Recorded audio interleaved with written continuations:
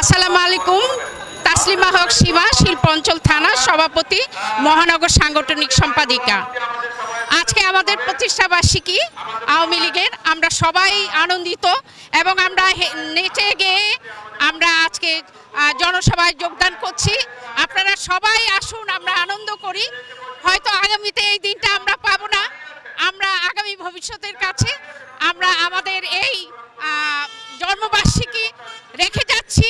আমাদের দেশের জন্য অনেক কিছু করে গেছেন এবং বাকিটা সময় উনি চেষ্টা করে যাচ্ছেন আমাদেরকে একটু সুখী রাখার জন্য, এবং শিক্ষা, ন্যায় নীতি সব কিছু করার জন্য আমাদের নেত্রী আপ্রাণ চেষ্টা করে যাচ্ছেন যেন আমাদের দেশের মানুষ একটু সুখে থাকে, একটু শান্তিতে থাকতে পারে। তার চেষ্টার কোনো শেষ নেই, আমরা তার জন্য দোয়া করছি। আমরা আমাদের নেত্রী খুব নীতি নিয়ে চলেন এবং আমরা রাজপথে আছি।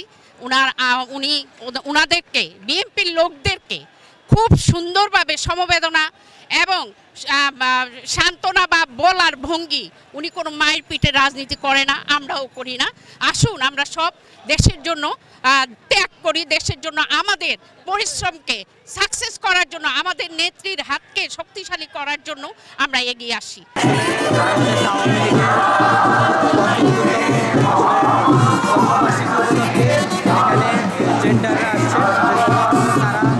এখানে